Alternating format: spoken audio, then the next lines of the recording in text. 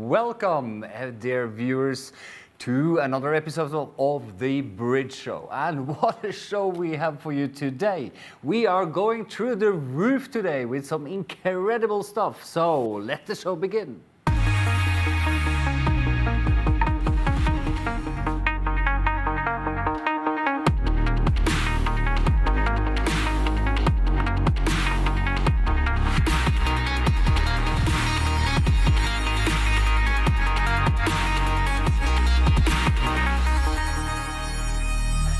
Here we are in our IP studio in Oslo, transmitting live to the billions of people watching this episode.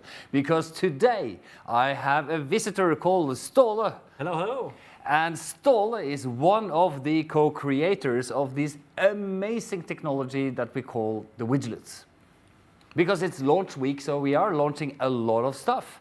And of course today we're talking about the widgets. Of course, yeah. It needs to be talked about. It needs to be talked about. That's very, very true. But again, you can also tune in tomorrow, because tomorrow we are doing one more show, and that is a detailed operations look on the VB330 version 6 that we discussed on Tuesday. So if you really want to see, demos of thousands of streams and everything, please tune in tomorrow and see the fantastic demonstration. But enough about that, because we are going to talk about widgets. So, Ståle, what is a widget? Well, the widget is a video monitor. Holy moly. A waveform monitor. Oh God, a waveform monitor as well? Loudness monitor. Holy mackerel. And a speaker.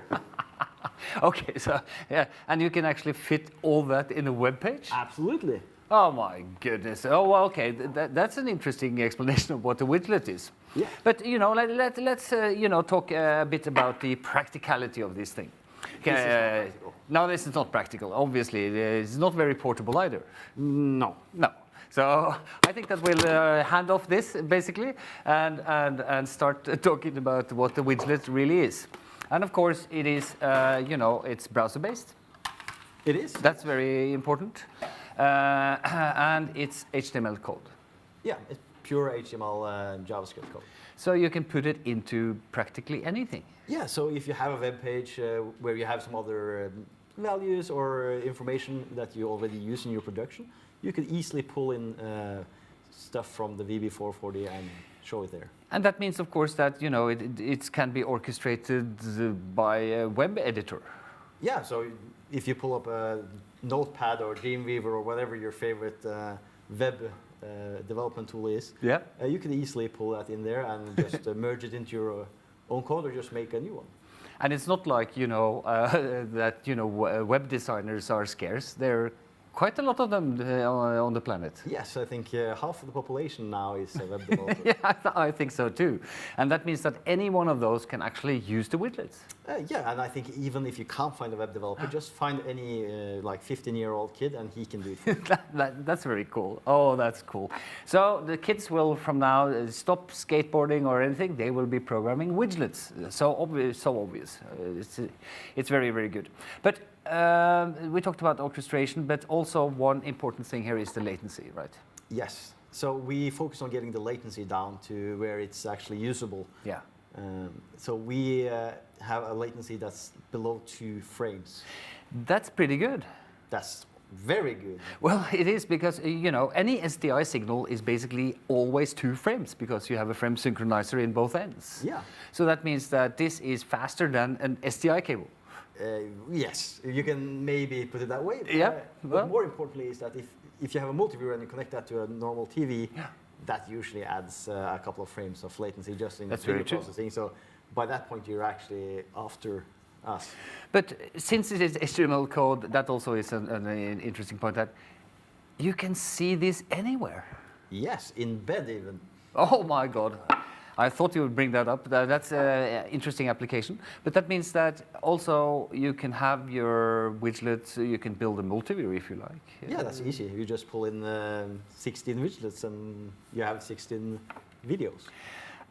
Well, Let's do something that basically I'm so excited. I can't really contain myself to this because Ståle, you and Marcus, and let's say hello to Marcus. Hello, Marcus. How are you doing? I'm doing good.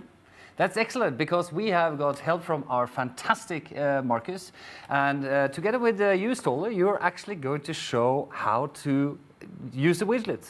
Yeah, so we're going to do something that's doomed to fail. That's called live coding. Oh, live coding. Yes. And, Nice.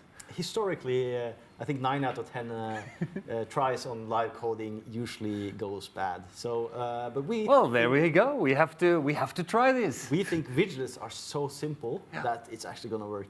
Cool.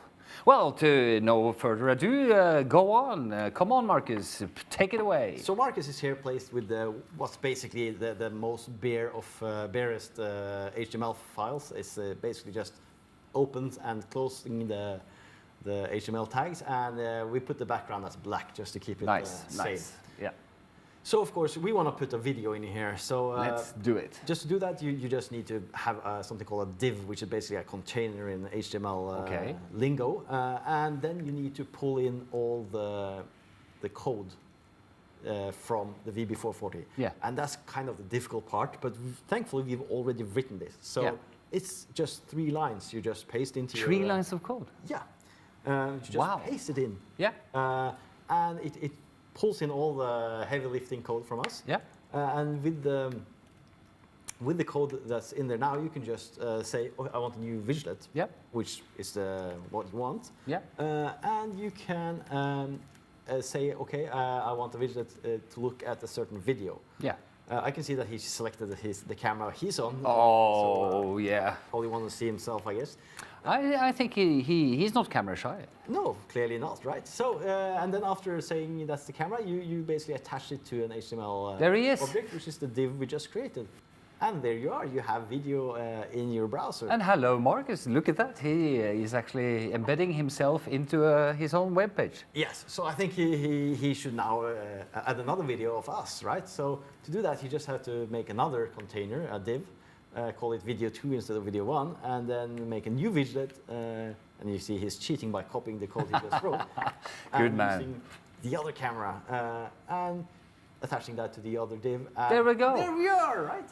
And you see, already he's created 2 widgets, and I don't think it took much more than 1 minute.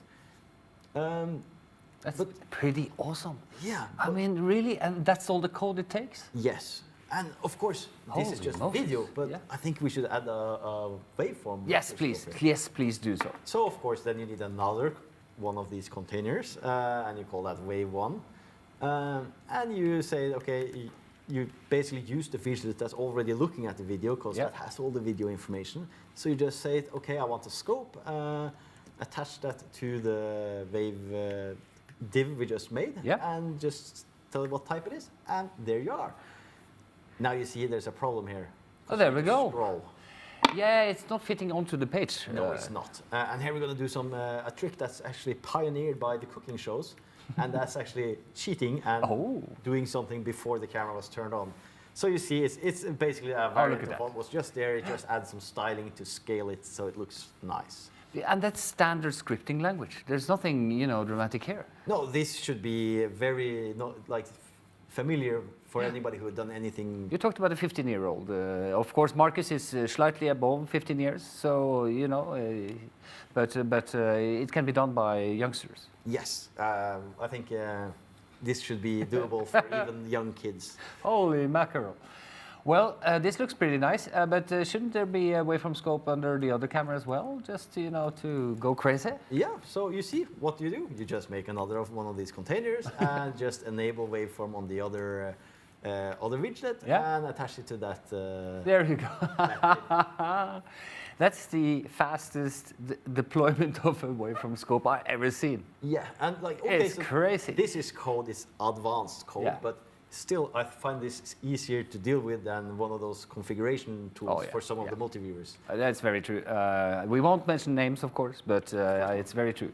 So tell me, the widget has more functions, right? Yes, so let's say you want a safe area enabled on this. That's also very useful. Yes, so you just then basically say safe area, true. safe area true. That's the physical code. And Holy Moses. it should be there, Yes. as if by magic.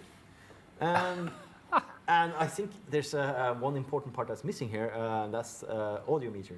That's very true. Can we have audio meters as well? Yes. So again, you Yeah. need to make another one of these divs, and I think we should just put it on the right side. That's very good. Right-hand side. Cool. And then, of course, you just use one of the widgets you already had. Yeah. And you just say, okay, I want audio on that, and attach it to that div we just created. And reload There it. we go. There's audio meters. And there you are. This is dead simple. It is. I think even I can do this. And let's say you want some time code enabled. Oh, yeah. Time code. That's very important. Do you Come think on. that's difficult to do? Well, to what I've seen so far, it shouldn't be that difficult. Holy Moses. So There we go. Wow. almost, it's quicker to do than to say to enable it. Absolutely. I'm blown away. Marcus, basically, thank you, Marcus. This is just fantastic. Thank you very much. Wow. Well done. Ståle. This is amazing. But you know, we have our mad musical genius, and we actually we gave him a challenge because he never heard about the widgets, and basically we'll see what how he copes with the challenge of the VB440 and widgets.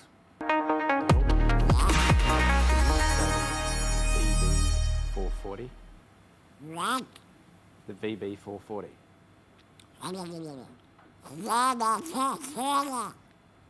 Yeah. I know you wrong. Try and say POE kits. Yeah, that's good. Okay, try this one. Widglets. Widglets. It's not hard. Just widglets.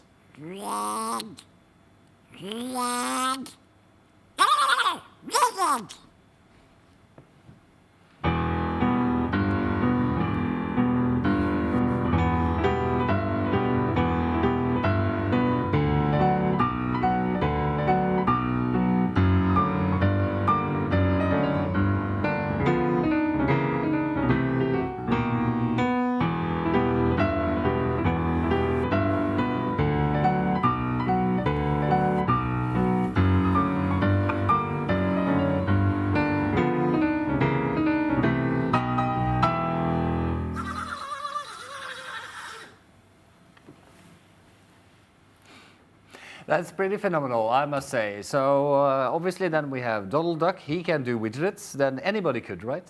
Absolutely. Oh my God. Well, what's next? Duck suits, crazy stuff. But you know, even though we are telling people about the fantastic widgets right now, we had this actually in the product for quite some time. Yes, we've had some beta testers out there.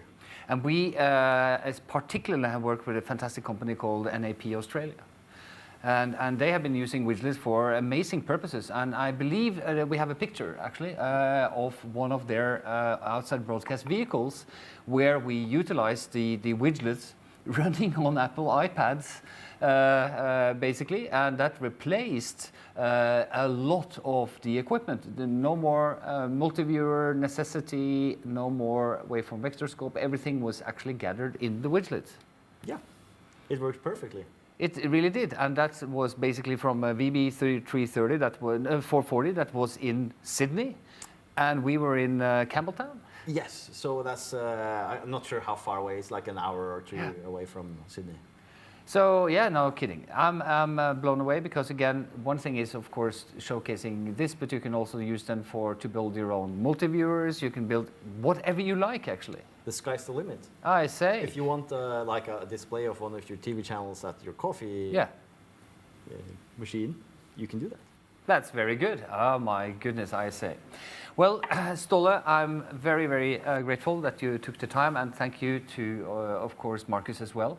That's very, very kind of you. I'm personally blown away by this because, I mean, come on.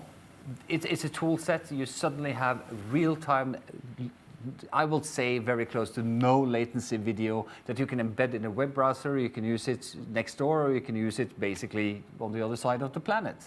And this is a great help, wouldn't you say, Ståle, to achieve true distributed production or remote production yes, that people talk about? I'm at least blown away. I hope that you are too. We'll be back with even more news, and please don't forget to tune in tomorrow for the detailed look on the version 6 of the VB330. And don't forget to go to the website, because on the website, bridgetech.tv, there's a lot of stuff. So until next time, see you tomorrow.